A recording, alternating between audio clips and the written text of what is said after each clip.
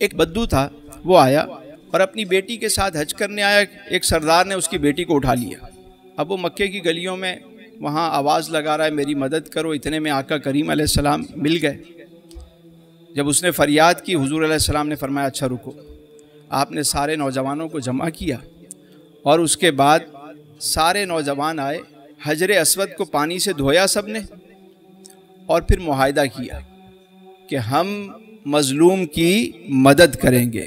اور وہ جو حجر اسود کا دھون تھا وہ سب نے پی لیا.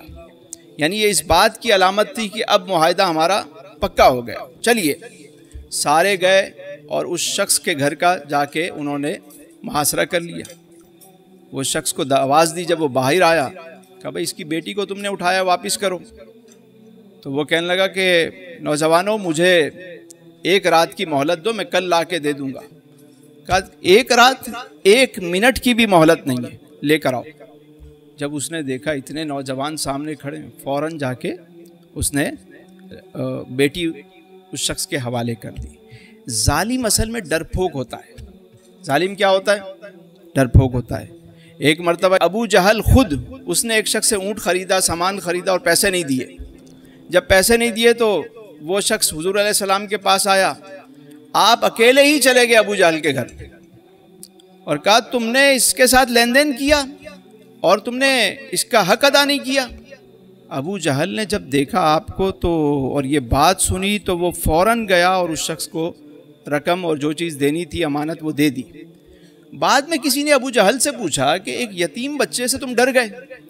اس نے کہا ڈرنے کی بات نہیں، بات یہ تھی کہ جس روب کے ساتھ انہوں نے بات کی میں واقعی ڈر بھی گیا اور مجھے یہ شرم آئی کہ یہ بات اگر مکے میں پھیل گئی تو لوگ میرے بارے میں کیا کہیں گے.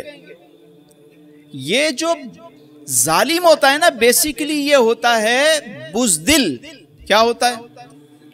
یہ میں بات کر رہا ہوں اس وقت کی کہ ابھی اعلان نبوت جب ریاست مدینہ بن گئی تو اس وقت تو کسی کی جرت ہی نہیں تھی کسی کے اوپر ظلم کرے، کوئی سوچ بھی نہیں سکتا تھا. تو اس سے پتا چلا کہ ریاست مدینہ اس وقت بنے گی جب ظالموں سے مظلوموں کا حق دلوایا جائے گا. میں آپ کو ایک بات عرض کروں، آپ سارے اہل علم بیٹھے ہوئے ہیں اور میرے ارد گرد تو صاحبان علم و دانش، وارثان محراب و منبر بیٹھے ہیں. میں ایک بات عرض کروں کہ آج ہمارے معاشرے میں لنگر کھلانے والے بھی بہت ہیں، مجالس محافل بھی بہت ہیں، جماعتیں بھی بہت ہیں، سب کچھ ہے، لیکن کیا کوئی مظلوم کی مدد کرنے کے لیے بھی کوئی موجود ہے؟ کیا یہ سیرت کا یہ پہلو نہیں ہے؟ ہر محلے میں، ہر علاقے میں ایسی کمیٹی نہیں بن سکتی کہ کسی پہ ظلم ہو تو اس کے مظلوم کے ساتھ کھڑے ہو جائیں؟ کیا سیرت کا یہ پہلو نہیں ہے؟ کبھی اس سے پہلے آپ نے اس بارے میں سنا؟ چند ہیومن رائٹس کی تنظیمیں ہیں وہ اس حوالے سے کام کرتی ہیں، لیکن ان کے بھی اپنے ایجنڈے ہیں، ان کے اپنے مقاصد ہیں.